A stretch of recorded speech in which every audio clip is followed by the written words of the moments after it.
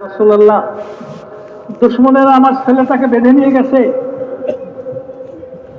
আর তারা যে এমন ভাবে বাঁধছে শিকল দিয়া, লড়াচড়া পর্যন্ত করতে পারতেছে না।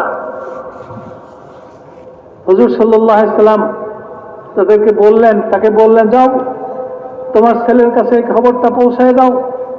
সেজন্য এক পরে লাকাদ জাআকুম রাসূলুম মিন আনফুসিকুম আজিজুন আলাইহি মা আনিতুম হারিসুন আলাইকুম বিল মুমিনিনা রাউফুর রহিম। সূরা তাওবার শেষ আয়াতের আগের আয়াতটা, এটা পড়তে বলো, কোনো বিনিময় নেন নাই। ওই সাহাবী এটা পড়া শুরু করলেন। যখন ওইটা পড়তেছিলেন, আস্তে আস্তে শিকলের বাঁধনগুলা ঢিল হইতেছিল। হইতে হইতে একসময় ওনার শরীর থেকে পড়ে গেল। ওরা তো ইতমিনান, যেইভাবে শিকল দিয়ে বাঁধা হয়েছে আর লড়তে পারবে না। উনি মুক্ত হয়ে রওনা দিলেন। শুধু একাকী আসলেন, ওদের কাছে যত মাল সম্পদ ছিল সব মাল সম্পদ তার সাথে চলে আসলো। তো ওই সাহাবীর বাপ আসলেন, এসে বললেন যে ইয়া রাসূলুল্লাহ, শুধু আমার ছেলেই মুক্ত হয়ে আসে নাই, তাদের সব মাল সম্পদ চলে আসছে। তো বললেন যে আল্লাহ তাআলা তোমাদের জন্য রিজিক পাঠাইছেন, এই রিজিক তোমাদেরকে আল্লাহ রিজিকের ব্যবস্থা করছেন, এটা তোমাদের জন্য হালাল। তো মেরে মোহতারাম দোস্ত বুজুর্গ, এই আয়াত কেউ যদি শুক্রবারে পড়ে, আল্লাহ তাআলা তাকে কবরে আযাব থেকে মুক্তি করে দেবেন। তো মেরে মুহূর্তে সবগুলো বেজে গেছেন হুজুর সাল্লাম, কারো কাছ থেকে কোনো বিনিময় নেন নাই। হুজুর সাল্লাল্লাহু আলাইহি সাল্লাম হিজরত করে মক্কা থেকে যখন মদিনাতে গেলেন, মদিনার প্রথম খুতবা, প্রথম বয়ান যে মদিনাবাসীদেরকে সামনে রেখে করছিলেন, তখন মদিনার অবস্থা প্রচন্ড খারাপ অবস্থা ছিল। শত শত বছর যাবৎ মদিনার দুই বংশ কবিরা আওস আর খাজরাজ, তাদের মধ্যে মারামারি কাটাকাটি খুনাখুনি অব্যাহতভাবে চলতেছিল। হুজুর সাল্লাল্লাহু আলাইহি সাল্লাম এই মারামারি খুনাখুনিকে বন্ধ করার জন্য এরকম কোনো কথা বলেন নাই যে তোমরা মারামারি বন্ধ করে আমি তোমাদেরকে কিছু টাকা পয়সা দিয়ে দিব, কিছু স্বর্ণ গয়না দিয়ে দিব, কিছু স্বর্ণ রূপা দিয়ে দিব, কিচ্ছু বলেন নাই। হুজুর সাল্লাল্লাহু আলাইহি সাল্লাম যে বয়ানটা করছিলেন, তার মধ্যে একটা কথা হুজুর সাল্লাল্লাহু আলাইহি সাল্লাম বললেন, মান আসলাহা বাইনাহু ওয়া বাইনাল্লাহ আসলাহাল্লাহু মা বাইনাহু ওয়া বাইনা খালকিহি। কেউ যদি তার সাথে আল্লাহর সম্পর্ককে ঠিক করে নেয়, আল্লাহ তাআলা তার সাথে বান্দাদের সম্পর্ককে ঠিক করে দেবেন। মেরে মুহতারাম দোস্ত বুজুর্গ, আল্লাহর সাথে সম্পর্ক ঠিক করে নেওয়ার মাধ্যম শুধুমাত্র দিন, এছাড়া আর কোনোটা কিছু নাই। কেউ যদি আল্লাহর সাথে সম্পর্ককে ঠিক করতে চায়, তাকে তার দিনের অনুসারী হইতে হবে। দিনের অনুসারী হইলে দিনকে শিখতে হবে, দিনের উপর চলতে হবে, এবং দিন যে আল্লাহ তাআলার পক্ষ থেকে সবচেয়ে বড় নিয়ামত, এটাকে স্বীকার করতে হবে। হুজুর সাল্লাল্লাহু আলাইহি সাল্লাম সহ সমস্ত নবীগণ এই দুনিয়াতে আসছেন মানুষদের সম্পর্ক আল্লাহ তাআলার সাথে ঠিক করার জন্য, আল্লাহ তাআলার সাথে পরিচয় করার জন্য, এবং আল্লাহ তাআলার হুকুম মতো চলার জন্য। মেরে মুহতারাম দোস্ত বুজুর্গ, এর মধ্যেই দুনিয়া আখিরাতের সমস্ত সমস্যার সমাধান রয়ে গেছে। ওই মদিনাবাসী যখন হুজুর সাল্লাল্লাহু আলাইহি সাল্লামের বয়ানকে তারা ধারণ করলেন, অন্তরে জায়গা দিলেন, তো তারা ভাই ভাই হয়ে গেল। মারামারি কাটাকাটি, শত শত বছরের মারামারি কাটাকাটি খুনাখুনি বন্ধ হয়ে গেল। এই জন্য মেরে মহতারাম দোস্ত বুজুর্গ, দিন দুনিয়াতে আসছে, আল্লাহ তাআলা আমাদেরকে দিয়েছেন দুনিয়ার মানুষকে শান্ত করার জন্য, দুনিয়ার মানুষকে ইজ্জত সম্মানের সাথে সুখে শান্তিতে বসবাস করার জন্য, এবং পরকালে অনন্তকালে জীবনের সুখ শান্তি দেওয়ার জন্যই দিন আসছে। এই দিন আমাদের সকলেরই জিম্মায়। इसीलिए मदीने वालों को खुद अल्लाह पाक ने नियामत की कदर करने को फरमाया। वज़कुरू निअमतुल्लाहि अलैकुम इज़ कुंतुम अअदाअन फ़अल्लफ़ बैन क़ुलूबिकुम फ़अस्बहतुम बिनिअमतिही इख़वाना। ओ मदीने वालों, अल्लाह की नियामत को याद करो। कैसे दुश्मन थे, मद्दे मुकाबिल को मार कर उसकी खोपड़ी का प्याला निकाल कर उसमें खून भर के पीते थे और उसको बहादुर समझते थे। قربان جائیں حضور پاک صلی اللہ علیہ وسلم کے ایسا پاک صاف رحم و کرم کا راستہ بتایا کہ اب جو جن کے راستے سے کوئی گزر نہیں سکتا تھا، اب وہ راستے میں کھڑے ہیں سواری لے کے، راستے میں کھڑے ہیں کھانا لے کے اور جانے والوں اور رحماء بینہم کہ تمہیں بھائی بھائی بنا دیا۔ ایک یہودی نے لکھا ہے کہ میں راجاؤں کے یہاں بڑے بڑے سلاطین اور حکمرانوں کے یہاں گیا، ان کے خاص آدمیوں کو دیکھا، درباریوں کو، لیکن جب میں مدینہ منورہ گیا، میں اپنے کاروبار کے سلسلے میں کبھی منڈی میں، بازار میں، محلے میں، گلی میں کسی سے ملنے میں، جس سے معاملہ ہوتا تھا اس سے معاملہ کرنے میں، جو بات میں نے مدینے والوں میں دیکھی، محمد صلی اللہ علیہ وسلم کے ساتھیوں میں دیکھی، وہ دنیا میں کسی کے یہاں نہیں دیکھی۔ کیا دیکھا؟ جہاں بھی دو آدمی نظر آئے، گلی میں، محلے میں، منڈی میں، بازار میں، ان کا آپس کا برتاوا اور ایک دوسرے سے بات چیت اور ملنا جلنا ایسا معلوم ہوتا تھا جیسے دونوں ایک ہی ماں کے بیٹے ہیں اور دونوں سگے بھائی ہیں۔ یہ اللہ نے احسان کیا حضور پاک صلی اللہ علیہ وسلم کے صدقے اور طفیل ایمان والوں پر کہ یا تو کھوپڑیوں میں خون پیتے تھے اور یا کہ اپنے گھر کا چولہا بجھا کر دوسرے کے گھر بھیج رہے ہیں۔ بکری کی سیری 7 گھروں میں جا کے واپس آئی ہے۔ کیسے کیسے واقعات حکایت صحابہ میں بھی ہے، حیات صحابہ میں بھی ہے۔ یؤثرون علی انفسہم، وہ لوگ چاہے وہ بھوکے ہوں اپنے بچوں کو بھوکا سلا دیا، لیکن آنے والے کا اکرام کیا، ان سے محبت، ان کے ساتھ پیار۔ اسی لیے مولانا الیاس صاحب رحمۃ اللہ علیہ فرماتے تھے کہ یہ جو ہمارا کام ہے یہ تو ابھی الف باتا ہے، یہ مہینے کے 3 دن چلے، تعلیم، صبح شام کی تسبیحات اور اپنے بھائیوں سے گھر گھر کی ملاقاتیں اور ملنا جلنا اور ایمان کی باتیں کرنا، یہ تو الف باتا ہے۔ فرمایا کہ اصل اس محنت سے جو کہا جا رہا ہے، جس طبقے کا ہو، تاجر ہو، کاشتکار ہو، انجینئر ہو، ڈاکٹر ہو، مالدار ہو، غریب ہو، مرد ہو، عورت ہو، اس محنت کے ذریعے ہر فرد امت محمد الرسول اللہ صلی اللہ علیہ وسلم والی زندگی اور آپ کے رنگ میں رنگ جائے۔ جیسے کپڑے کو رنگا جاتا ہے تو تار تار میں رنگ جاتا ہے، یہ کہ ہمارا عقیدہ، ہماری عبادت، ہمارے معاملات، ہمارے اخلاق، ہمارا ایک دوسرے کے ساتھ کا سلوک و برتاؤ ایسا ہو جائے جیسے نبی پاک صلی اللہ علیہ وسلم۔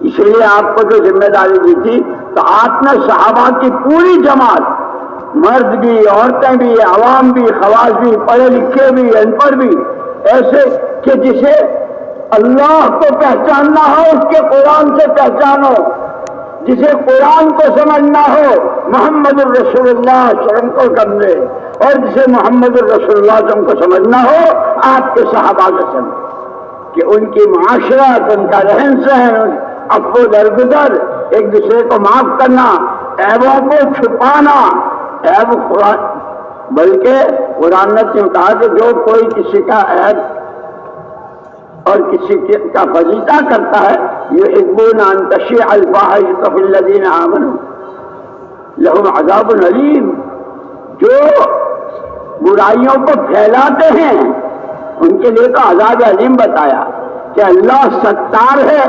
پوری دنیا میں روزانہ بندے اللہ کی نعمتوں کو کتنا استعمال کرتے ہیں اور گناہ کتنے کرتے ہیں، اللہ پاک کیسے ستاری فرماتے ہیں کہ یہ خدائی صفت کا مظہر بننا کہ کوئی ہمارے ساتھ برائی کرے، کوئی ہمارے پر زیادتی کرے، हम उसको ढांक दें, हम उसका फजीता न करें, बल्कि ये हिजबुल आजम की दुआ में है, अल्लाह ऐसे साथी से तेरी पनाह कि जब नेकी सामने आवे तो छुपा दे और बुराई सामने आवे तो फजीता करे। ऐसा से पनाह चाहिए दुआओं में। हमको ये दुआएं सिखाई है। असअलुका मिन साहिब खदीअतिन, ऐसा धोखेबाज कि जो नेकी को छुपावे और बुराई को उसका फजीता करे, उसको और फैलाए। ऐसा से पनाह चाहिए। इसलिए हमको खुदाई सिफात का मजहर बनना और उसका पूरा पूरा नमूना मुहम्मदुर रसूलुल्लाह सल्लल्लाहु अलैहि वसल्लम। इसीलिए हमें बार बार हुक्म दिया गया, इत्तबिउ हादल नबिय्यल उम्मी, नबी का इत्तिबा करो, हर चीज में नबी का इत्तिबा। हम चूंकि सीखते ही नहीं हैं, सीखना ही छोड़ दिया। इसीलिए मौलाना यूसुफ साहब रहमतुल्लाह अलैह अजीब बात फरमाते थे कि हमारे में और सहाबाए किराम रिज़वानुल्लाह तजमईन में जो फर्क हुआ, आदमी तो वो भी हमारे जैसे थे, 2 हाथ 2 पैर 2 आंखें 1 नाक, सहाबा की भी ऐसी थी। लेकिन यूं के ईमान के बाद से, जहालत के बाद जब अल्लाह ने ईमान की नेमत दी, तो अब अपनी जिंदगी का पूरा रुख कुरान की तरफ, हुक्म क्या है तरीका क्या है, हुक्म क्या है तरीका क्या है। घर में है, बाजार में है, बागात में है, अकेले हैं, अंधेरे में हैं, उजाले में हैं, कहीं भी हैं, अल्लाह का हुक्म, नबी का तरीका। अल्लाह फरमाया कि, फिर मौलाना यूसुफ साहब रहमतुल्लाह अलैह फरमाते थे कि आदमी जिधर का मुंह करके खड़ा होता है उस उधर की तो सुई भी नजर आ जाती है, और पीठ के पीछे पहाड़ भी होकर नजर नहीं आता। सहाबाए किराम रिज़वानुल्लाह तजमईन का कमाल ये था कि 100% गरीब से गरीब ऐसे सहाबी जिनके घर में 3 दिन से चूल्हा नहीं जला, वो भी, और वो मालदार सहाबी जिनकी मीरास लाखों के हिसाब से, लेकिन हर एक के दिल का रुख 100% कुरान की तरफ। अल्लाह का हुक्म क्या है, नबी का तरीका। मौलाना यूसुफ साहब रहमतुल्लाह अलैह बहुत रोते थे और बड़ी आहें भरते थे, इन्ना लिल्लाहि व इन्ना इलैहि राजिऊन, इन्ना लिल्लाहि व इन्ना इलैहि राजिऊन। हमने कुरान ही को पीठ दिखा दी, हमें अपने किसी मसले का हल कुरान वाली तालीम में नजर नहीं आता। सीखना, समझना, पूछना सब छोड़ दिया, और कुरान के मुकाबले की जितनी चीजें हैं उसको क्या कहें, बहुत तरक्की पर जा रहे हैं, फॉरवर्ड जा रहे हैं। अल्लाह हमें सही समझ नसीब फरमावे, दीन को समझें, दीन को सीखें और दीन पर चलें, और हर एक को इसके लिए प्यार से, मोहब्बत से, कि उसकी जान, उसका माल, उसकी सलाहियत सही मशरफ में लगे। मेरे मोहतरम दोस्तों, बुजुर्गों, হুজুর সাল্লাল্লাহু আলাইহি ওয়াসাল্লাম হিজরত করে মদিনাতে গেলেন, এবং আমরা একটু আগেই শুনছি যে মদিনার মানুষদের অবস্থা এমন ছিল যে 2টা গোত্রের মানুষ মদিনাতে বসবাস করত। তাদের মধ্যে শত শত বছর যাবৎ মারামারি, কাটাকাটি, খুনাখুনি, দুশ্মনী চলতেছিল। হুজুর সাল্লাল্লাহু আলাইহি ওয়াসাল্লাম কোনো দিকে দৃষ্টি না করে একটা দিকে দেখলেন যে তাদের সম্পর্ক আল্লাহ তাআলার সাথে কিভাবে হয়ে যায়। আর আল্লাহর সাথে সম্পর্ক যেটা, এটা ঈমান ছাড়া আল্লাহর সাথে সম্পর্ক স্থাপন করার কোনো সুযোগ নাই। ঈমানের দাওয়াত দিতে লাগলেন এবং আমালের দাওয়াত দিতে লাগলেন। যখন ঈমান আমলের দাওয়াত মদিনাতে খুব চললো, তো একটা সময় এমন হয়ে গেল যে মদিনাতে কোনো মানুষ তালাশ করে পেত না যে কার সাথে তার দুশ্মনী আছে। এটা ভুলে গেল, কারোর সাথে যে দুশ্মনী আছে এটা কল্পনায় আনতে পারতো না তারা, যে মদিনার কারোর সাথে তার কোনো দুশ্মনী আছে। আল্লাহ তাআলা এই অবস্থাকে নিজে কালামে পাকের মধ্যে বর্ণনা করেন, ইয কুনতুম আদাআন ফাআল্লাফা বাইনা কুলুবিকুম ফাআসবাহতুম বিনি'মাতিহি ইখওয়ানা। যখন তোমাদের অবস্থা এই ছিল যে একে অপরের রক্ত পিপাসু শত্রু ছিলে, সেখান থেকে আল্লাহ তাআলা তোমাদের অবস্থা এমন পরিবর্তন করে দিল যে মনে হয় যে এক মায়ের পেটের সন্তান, এক মায়ের পেটের ভাই, এক মায়ের পেটের ভাই। তো মেরে মোহতরাম দোস্তর বুজুর্গ, এটার মূল কারণ ছিল যে হুজুর সাল্লাল্লাহু আলাইহি সাল্লাম সর্বপ্রথম তাদের উপরে মেহনত শুরু করছিলেন আল্লাহর সাথে সম্পর্ককে ঠিক করার মাধ্যমে। আল্লাহকে স্বীকার করার দ্বারা সম্পর্কের সূত্রপাত হয়, আর আল্লাহর হুকুম মানার দ্বারা সম্পর্কের পূর্ণতা ঘটে। সমস্ত সাহাবীরা হুজুর সাল্লাল্লাহু আলাইহি সাল্লামের দাওয়াতের কারণে, হুজুর সাল্লাল্লাহু আলাইহি সাল্লামের ধারাবাহিক মেহনতের কারণে তারা সবকিছুকে ছেড়ে দিল। তারা শুধু দুইটা জিনিসকে নিজের সামনে রাখলো, একটা হলো আল্লাহ তাআলার হুকুম, আর একটা হলো হুকুম পুরা করার তরিকা, যেটার নাম হলো, অপর নাম হলো দ্বীন। আল্লাহ তাআলার হুকুম কি, এটা জানতে হলে কোরআনে কারিমের ইলম লাগবে। কোরআনে কারিমের ইলম যার মধ্যে থাকবে সে আল্লাহ তাআলার হুকুমকে জানতে পারবে। আর কোরআনে কারিম আল্লাহ তাআলার হুকুম জানার পরে সে নবীর সিরতের দিকে নিজের দৃষ্টিকে ফিরাবে, সেখানে আল্লাহর হুকুম পুরা করার তরিকা পাবে, রাস্তা পাবে, পদ্ধতি পাবে, নিয়ম জানবে। আর যেই মানুষের মধ্যে আল্লাহর হুকুম নবীর তরিকা বিদ্যমান হয়ে যাবে, আল্লাহর হুকুম নবীর তরিকার উপরে নিজেকে সে সংরক্ষণ করবে, এই দুইয়ের বাইরে জীবনের আর কোনো অংশ নাই। তো মেরে মোহতরাম দোস্ত আর বুজুর্গ, আল্লাহ তাআলার সাথে সম্পর্ক হয়ে যাবে। আল্লাহর সাথে যখন সম্পর্ক হয়ে যাবে তখন পরস্পরের মধ্যে আর কোনো বিধা, আর কোনো বিভেদ থাকবে না, আর কোনো সংঘর্ষ থাকবে না, মতবিরোধ থাকবে না। কিন্তু আফসোস যে আমরা না আল্লাহর কালামের কোনো পরোয়া আছে, না নবীর তরিকার কোনো পরোয়া আছে। যে কথাটা হযরত ইউসুফ রাহমাতুল্লাহ আলাইহি বড় আজীব ভাবে বলতেন এবং বলার সময় দীর্ঘ শ্বাস ছাড়তেন। আহা, কি হয়ে গেল? বলে যে মানুষের স্বভাব হলো যে মানুষ যেদিকে তাকায় ওইদিকে একটা সোনামুখী সুইও যদি পড়ে থাকে, একটা পিনও যদি পড়ে থাকে তো ওইটা সে দেখে, আর পিছনে যদি পাহাড় থাকে তো পাহাড় দেখে না। কি বলে, পিছনের দিকে কেউ দেখে? দেখে না। বলে মেরে মোহতরাম দোস্ত আর বুজুর্গ, মানুষের অভ্যাস হয়ে গেছে এরকম। উনি বলতেন যে আল্লাহর কালামকে পিছনে ফেলে দিচ্ছে, যার কারণে দেখে না সে আল্লাহর কালামের মধ্যে কি আছে, যার কারণে সে দেখে না আল্লাহর কালামের মধ্যে কি আছে।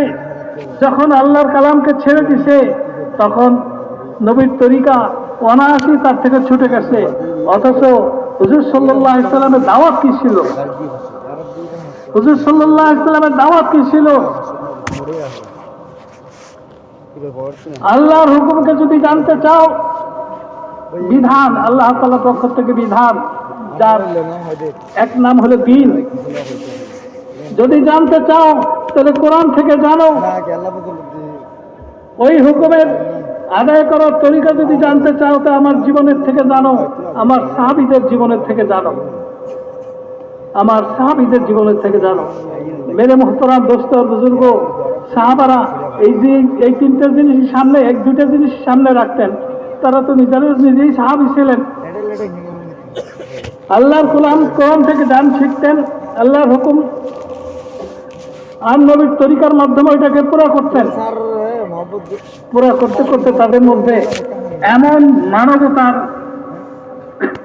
জন্ম নিল, এমন মানবতার বিকাশ ঘটল। হেকায়েতে সাহাবার মধ্যে আমরা ঘটনা পড়ছি, একজনে একটা বকরি জবা করছে, অনেকদিন হলো প্রতিবেশীর খবর নিতে পারে না। আরবদের কাছে সবচেয়ে প্রিয় অংশ ছিল, বকরির প্রিয় অংশ ছিল মাথাটা। সেই মাথাটা আজকে আল্লাহ তাআলা যখন তৌফিক দিয়েছেন তো পাশের প্রতিবেশীর জন্য মাথাটা পাঠাই দিছে। উনিও চিন্তা করছে যে আমি তো কেউকে দিতে পারি না, আজকে যেটা পাওয়া গেছে এটার পিছনে তো আমার কোনো জমা খরচ নাই, ঠিক আছে যেটা পাইছি ওইটাই আরেকজনকে আমার প্রতিবেশীকে দিয়ে দেই। অনেকদিন হলো তার কোনো খোঁজ খবর রাখতে পারি না। 7 বাড়ি ঘুরে আবার প্রথম বাড়িতে চলে আসছে। কেউ এই আকর্ষণীয় জিনিসটাকে নিজের জন্য গ্রহণ করতে রাজি হন নাই।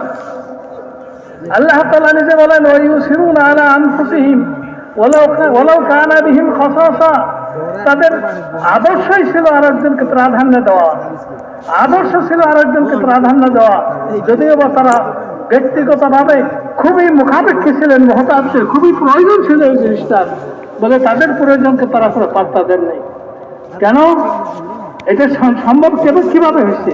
এটা সম্ভব হয়েছে তখন যখন সমস্ত সাহাবী, চাই পুরুষ হোক অথবা মহিলা, চাই গরিব হোক অথবা মালদার সম্পদশালী, ওই পরিবারের সামনেও আল্লাহর কোরআন আর নবীর তরিকা, যেই পরিবারে 3 দিন 4 দিন যাবৎ খাওয়ার কোনো ব্যবস্থা নাই, ওই পরিবারের সামনেও আল্লাহর হুকুম নবীর তরিকা, যার কাছে লক্ষ লক্ষ কোটি কোটি টাকা আছে,